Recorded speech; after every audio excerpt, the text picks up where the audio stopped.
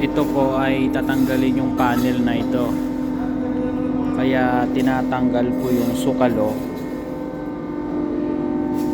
para matanggal yung panel.